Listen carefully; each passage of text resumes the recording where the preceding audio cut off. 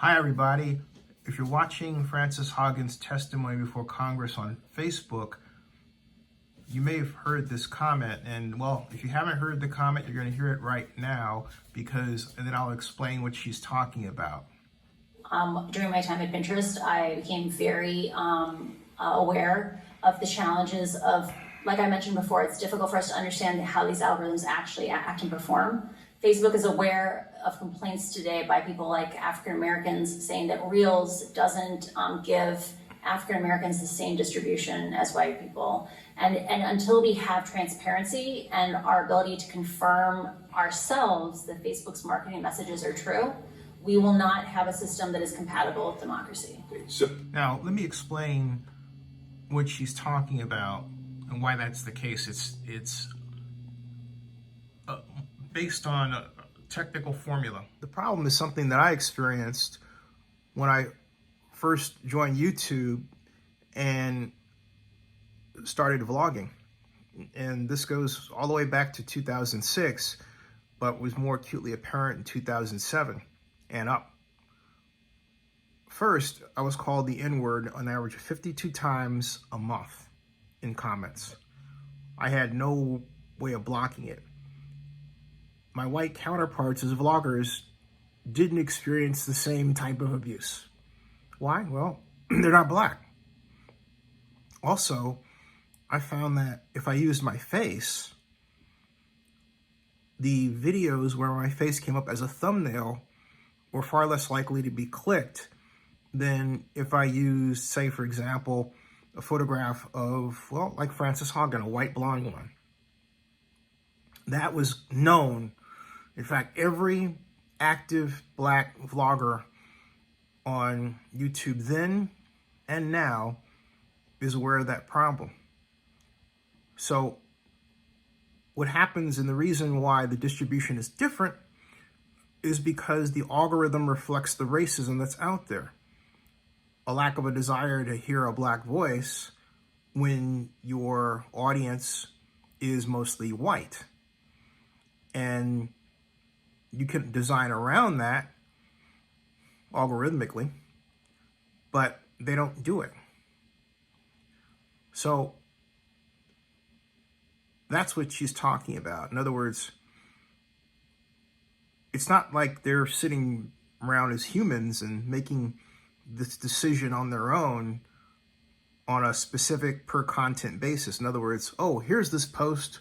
Oh, it's a black person. We're not going to distribute it. That's not how it works. The distribution signals are based on what gets clicked the most. And in the case of African Americans, what tends to get clicked the most are videos of violence. Violence on buses, violence in restaurants, anything that's a violent act, and also that's posted by someone black.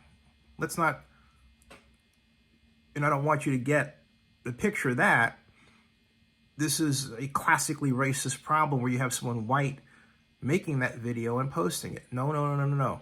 Some of us are responsible for this as much too, in the form of making that kind of content. So, can the problem be solved algorithmically? Yes, it can. Has Facebook done it? No. Has YouTube tried to do it? Yeah. To YouTube's credit, about 5 years ago, instituted a program that discouraged the use, not and from a penal standpoint, of thumbnails that didn't relate to the story, or thumbnails that are obviously clickbait. Some of it was penally based, but the real change in YouTube came from something called watch time. Because it was found that if you clicked on a video thinking it was about one thing, let's say you clicked on a video and you thought it was about a girl that looked pretty great, involved in something, you get it, okay? But it wasn't. Well, guess what happens? You would go away from the video pretty quickly, right? Well, with a watch time measurement, that translates into, let's say the video is 2 minutes. Let's say it's you were only on there 6 seconds or 5. that impacts the ability of others to see that video. It gets downranked. So that was YouTube's answer. Facebook has no equivalent to that. Now, how would you do it with respect to race? Well, if the subject is being not clicked on, and you can tell from a censor standpoint that, you know, it involves someone African American, which is a highly, it's a highly dicey and technically complicated solution that I'm presenting. And I say it's dicey because it's morally dicey if you start thinking about the implications of what I'm telling you. But my point is, you could force that item or that post or content to be seen by more people, depending on the message. But that's the level of complexity you have to get to overcome the racism. Now, in my case, what I did with YouTube is I simply discovered this. The more I posted about different subjects and gave my opinion on a consistent daily basis, the more I developed a fan base. And eventually the fan base defended me. And with respect to the N-word, organizations like CBS News took up the cause of defending me regarding the use of the people using the N-word against me in comments, and my ask for a simple filtering system where such words didn't exist. Now that filtering system is approximately 5 years old, and it's there because of me.